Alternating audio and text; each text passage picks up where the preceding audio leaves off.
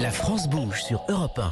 C'est donc le reconfinement et la fermeture des agences immobilières se prolongent. Impossible officiellement de visiter un appartement ou une maison, mais des Français trouvent des solutions et c'est tout un secteur qui continue perpétuellement de se réinventer. Et bonjour Guillaume Autier. Bonjour Elisabeth. Merci d'avoir accepté l'invitation d'Europe 1. Vous êtes le président exécutif du groupe Meilleur Taux. Meilleur Taux, c'est 1800 personnes, ça existe depuis 20 ans. Vous accompagnez les Français qui ont un projet immobilier, aussi bien dans la demande de crédit, mais aussi dans le choix de l'assurance et les placements financiers. Alors, on le sait, la situation n'est pas aisée pour le secteur immobilier puisque c'est impossible de visiter des biens en ce moment. Les agences sont fermées. Le marché est-il, oui ou non, bloqué ? Alors, je dirais que la situation est quand même assez différente de celle qu'on a connue lors du premier confinement. Il y a au moins deux différences.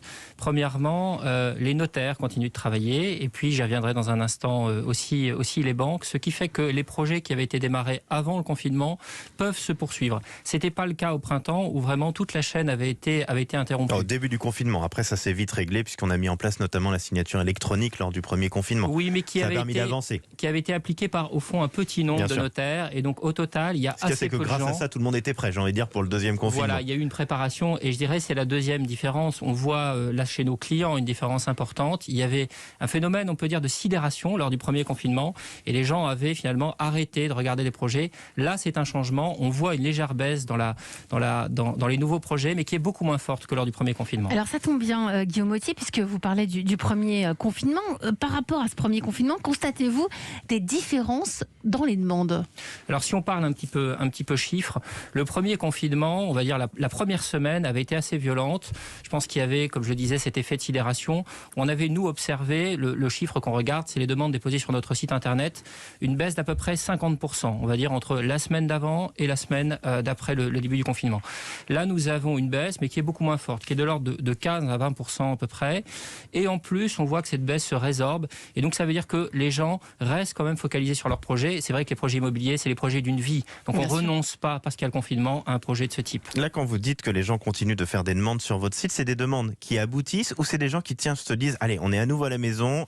Au premier confinement, on s'est dit, allez, pourquoi pas on déménagerait ? Et là, on se dit, allez, on saute le pas. Donc on fait une simulation pour voir combien on pourrait avoir d'argent, combien nous coûterait un appartement. C'est quel genre de projet ? C'est évidemment beaucoup plus en ce moment des gens qui initient un projet mais qui n'ont pas forcément trouvé leur bien et qui au fond se posent la question de dire combien je pourrais emprunter, combien je pourrais éventuellement mettre sur la table pour acheter un bien, faire des travaux. Et nous d'ailleurs, nous avons réfléchi à adapter aussi un petit peu notre offre. Nous avons mis en place ce qu'on appelle le visa pour le crédit qui permet de dire à un client, écoutez, aujourd'hui vous ne pouvez pas visiter, mais ce qu'on peut faire, c'est qu'on va quand même calculer votre enveloppe, comme on dit, c'est-à-dire le montant que vous pouvez emprunter.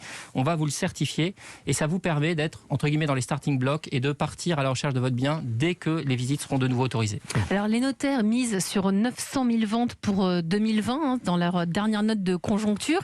Avec ce deuxième confinement, est-ce que ce chiffre va baisser inéluctablement ? Alors, 900 000, c'est déjà en dessous de la moyenne des précédentes années, qui était plutôt entre 1,1 million. Voilà. Donc, il devrait probablement pas baisser si on considère que, évidemment, le confinement dure la durée qui a été annoncée, mais bien sûr, s'il est prolongé, ce sera un petit peu différent. Au total, je pense que l'impact a été très fort pour le premier confinement. Le deuxième, on verra, je pense que ça dépend beaucoup de la durée. Si c'est 4 semaines, l'impact sera probablement modéré. Si c'est 2 mois, bien sûr, l'impact sera plus fort. Alors pourtant, quand on regarde les chiffres, vous dites qu'il y a encore de la demande, mais c'est beaucoup plus dur en